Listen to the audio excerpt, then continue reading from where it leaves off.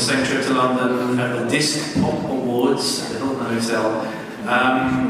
What did you make of Brian Epstein in this meeting, if you remember anything about it at all? Well, of course I knew who he was, and, excuse me, I don't remember, frankly, that particular moment in time, but I do remember meeting him. We probably chatted about the business or about everything that was going on at the time. It was pretty heady days, as you can imagine. And I got glimpses, you know, in memory will come back. Occasionally somebody will, like for instance, I just bumped into Klaus Vormann, who I'd known back then, and he reminded me that we used to do tennis tournaments together, celebrity tennis tournaments. And I had totally forgotten, and I had invented all these wacky tennis rackets that the head flipped off and went to do a bit of comedy and around. And he reminded me, I had totally forgot about that. And so some people will come up and remind me, but it was heady times. And the way I kind of think about it is that, and it's the old joke, if you were there, if you remember the 60s, you weren't really there, but that's not entirely true. Or I'm told I had a great time, you know. But what happens to your brain, the way I sort of address it, is so much input starts coming in that it's like a computer. If the RAM gets loaded and you get the blue screen of death, and that's probably me with the blue screen of death. It's like there's just too much coming in, and eventually there's a fog, and you can see it today with kids, especially younger performers, you know. And in addition now, with all the social media, with all the other input that's coming in, you can just see that glassed over look, which I equate to the blue screen of death. You know, I cannot handle any more input. I can't handle any more information. You know, just, hi, nice to meet you. Hi, it's nice to meet you. Yeah. Nice to meet you. Very nice to meet you too. Here's another interesting parallel between you and them. Look at that, Monkeys Monthly. Yeah. The same publisher as the Beatles Monthly did the Monkeys. I didn't even know that. Yeah. Really? You didn't know that? I didn't know it was the same publisher. I mean, maybe I did, or somebody had told me, but yeah. Because I never saw a whole lot of this stuff until quite a while after the event. Right. Because one distinction between the Monkees and other groups, other well-known four-piece groups, well, other well-known any group of the time, or even to this day, our main job was filming the television show. For a group like the Beatles or anybody else, their main job was recording, and you know, usually sleep all day and record all night or so. Well, we worked all day. We had from 7 o'clock in the morning until 6 or 7 at night, sometimes 12-hour days, just filming the television show. And then after that, I, as being, you know, de facto lead singer, I remember going in the recording studio and doing 2 or 3 lead vocals a night, because they needed so much material for the television show. And I would then go home and try to catch 6 hours sleep, get up the next morning, and I'm back on the set. And then, shortly thereafter, we started rehearsing for live performance. And I was taking lessons on the drums, and I had a kit, you know, in the back room on the stage, and I was practicing and practicing. And there's not a whole lot of time to assimilate anything else. And we knew that we had a hit record. But funnily enough, Tommy Boyce of Boyce and Hart, who wrote, you know, some of the biggest Monkey hits, he once said to me in the early days, he says, you know, you have 2 or 3 top 10 records on Cashbox, which was a big magazine at the time. He reminded me years later that I said, what's Cashbox? Because I was a TV entertainer, and I really wasn't that familiar with the music business. But there wasn't a whole lot of time, again, without social media, without anything going on. The first time that I remember sort of recognizing, assimilating what had happened, how big it had become, it was December of '66. Excuse me. And we had been ensconced, incommunicado, in the television stage and in the recording studio for 4 or 5 months since the summer. We started filming, I don't know the exact date, but it would have been the spring or summer of '66, backing up, starting to put together the television shows. And it went on the air in September, the first episode, and the record went to #1. And I remember being told, you got a #1 record. Oh, it's wonderful. I got to go. I got makeup in 20 minutes.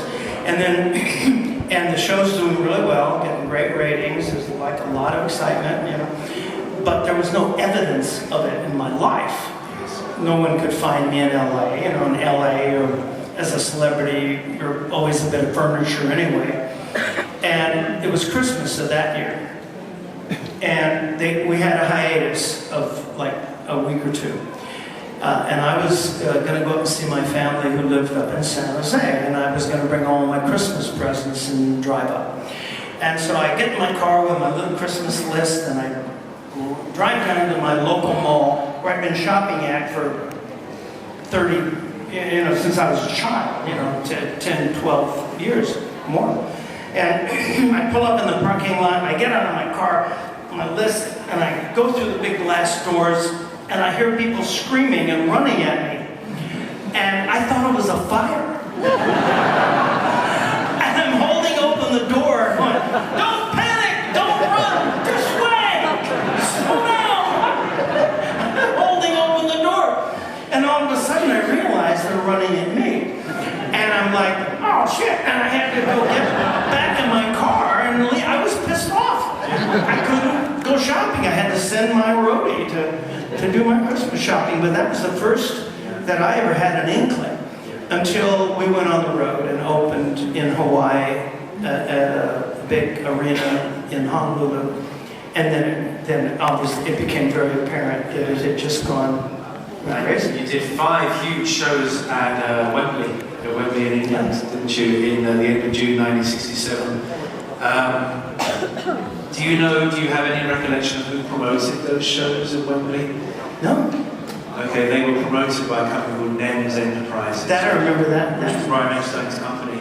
Ah. And so you probably don't also know, I sound like a trivia freak here, but it's interesting, the Beatles owned 10% of Nem's Enterprises. So the Monkees were in effect promoted by the Beatles company. Excellent. And you may not realise that. Excellent. And rightly so. The whole thing was like a Nem's, like a Beatles operation. This is your press conference in London when you came over to tour. There's you having maybe 1 or 2 sheets there. Have what? 1 or 2 sheets to the wind. Yeah, that was only 1 or 2. Yeah. In my Indian outfit. The man on the right-hand side, I don't know if you can see the photograph, running the press conference. That's the Beatles press officer, Tony Barrow. Oh, I remember Tony, yeah. Who's running your He died this year. Oh, then Derek would have been there too somewhere, right? No, Derek was still in LA at that point. But this was the press conference where you happened to arrive in England at the very week when Paul McCartney had admitted to taking LSD. And it was immense news, and really it was the one question you were going to get hit with. And I found a transcript of the interview in which the reporters said, "Have you taken LSD?" And you said, "That's the question we've been waiting for." I did. Right. And you said that you drank coffee. Peter said he took aspirin. Mike said he got high on vitamins. And Davey, the lad from Manchester, said that X-Lax kept him going all the time. I don't know what it would have been like for them. But we were tightly regulated. We actually were given briefings, like CIA briefings, in the very early days. Yeah. And they made it very clear, and it's because this was the show was on NBC. and the NBC censors, standards and practices, it was called.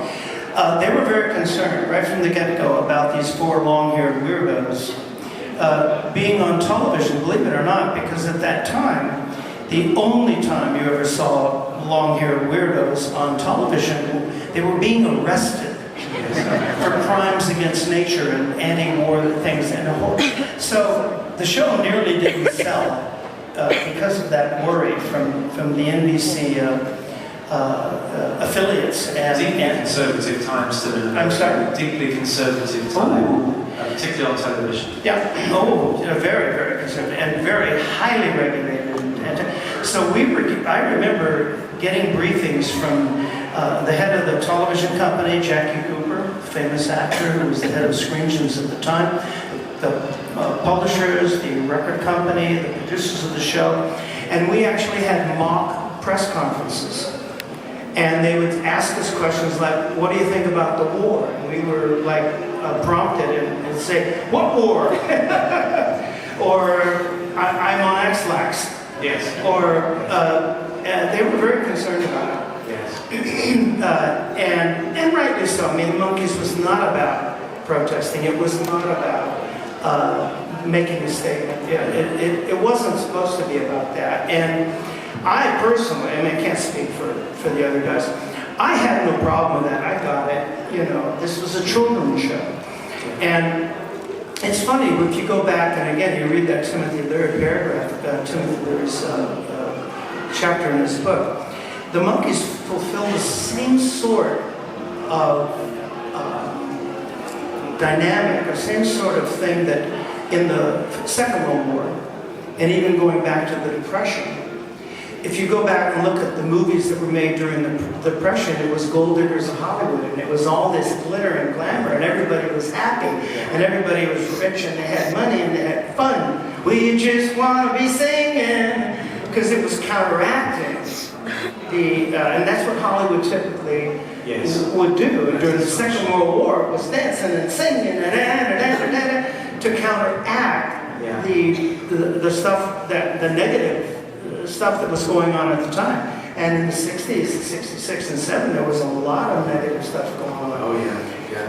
I'm going to scoot forward because we're running out of time now. The Monkees show came to an end after just 2 seasons. Yeah, but there was 26 episodes a season. Yeah. Now there's maybe 8. Right. In a typical American show. You might get an order for 8 or 12. Yeah. So it's the equivalent now of being 4 or 5 seasons. Okay. The Monkees, the Beatles led to the Monkees. I think that much is clear in the sense of the way you looked at the whole notion of the four of you.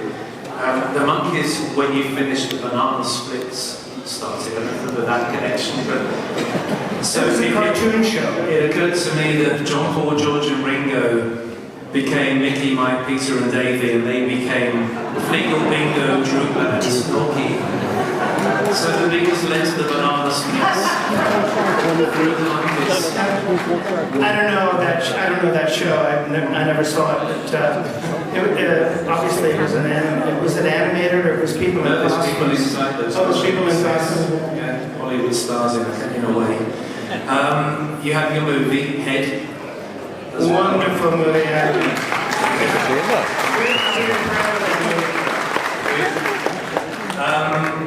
We could talk about that for about an hour, but we can't. I just want to round off by looking at how you stayed in touch with these guys. This is not you, this is Peter Talk, but there he is with George on the Wonderwall sessions. This is George showing Peter the sitar. There you are with... Now that's 10 sheets to the wind. The full 10 with Harry Nilsson. Oh yeah. That's Nancy Andrews, I think, Ringo's then girlfriend, Ringo and Chris Christoph. Yeah. Yeah. Yeah. So I was going to say, what do you remember of that, but maybe not too much.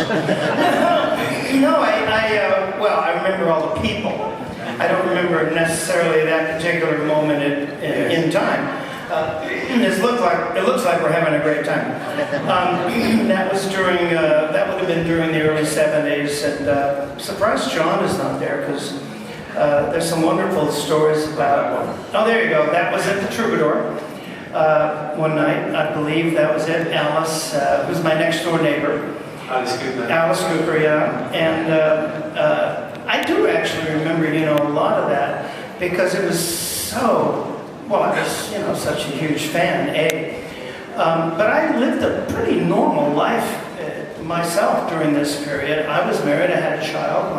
My wife's parents, she was from Manchester, Samantha Just, and we lived in this big house in Laurel Canyon, had a lot of parties. One quick story, when John came to town in the early 70s, Harry and I were very, very close. And I'll do a shameless plug. If you get a chance, there's a new album that the Monkees have out called Good Times.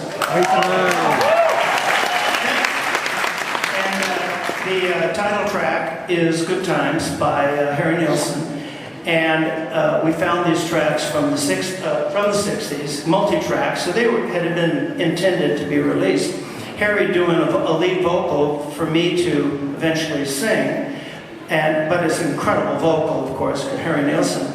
And on Good Times, the title track, I am able to sing a duet with Harry Nilsson, and it's just fantastic. But anyway, so I might have been Harry or somebody else said, John's coming to town, why don't we throw him a party? And I had a big party house, and so sure enough, we started calling around, and everybody showed up, to say hi to John in Los Angeles. And during the evening, I remember somebody said, Brian Wilson's going to show up. And I'm like, no way, because he was still, we were very concerned about him. He was still in his room and in the sandbox, and we hadn't heard, nobody really heard from him in quite a while. So I took it with a grain of salt. I was like, that'd be wonderful, but I doubt it. Sure enough, 2 o'clock in the morning or something, a limo pulls up, and it's Brian with his handler, that psychologist guy at the time. And we're all like, wow, that's so cool. And he comes in, sure enough, in a bathrobe and beach flip-flops, thong and flip-flops, that's it. And a robe, bathrobe. And because he wanted to meet John. Right. And so they chat and and we eventually end up in the studio, my little garage studio, and I had, kit guitars and mics and stuff, kind of. And we start jamming and playing, and Brian's at the piano, and I think John was on a guitar, Harry, I think, was on an organ, and I'm playing the drums, and just jamming and stuff. And Brian starts playing this typical sort of Beach Boy riff. California does a beach and the girls and and he just keeps doing these same 8 bars like over and over. It's like, hey, California hosts on the beach, and we're all playing along. I remember it felt like it was an hour. It wasn't, but it felt like it just. And finally, and I got this on tape, these terrible basement tapes. Finally, John Lennon says, "Brian, go to the fucking bridge."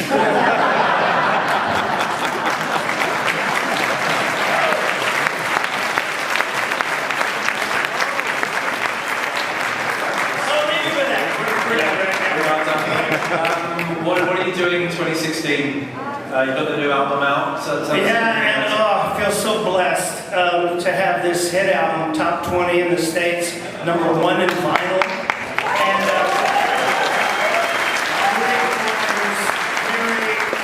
And Carole King, Neil Diamond, oh my God, Andy Partridge, Noel Gallagher, and Paul Weller. Great tune by them.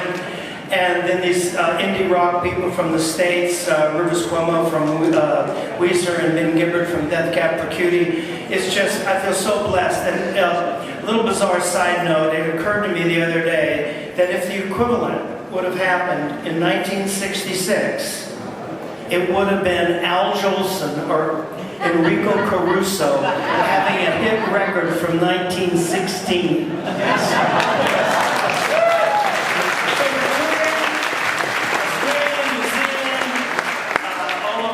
Here, I keep my fingers crossed, have every intention of coming back on tour here.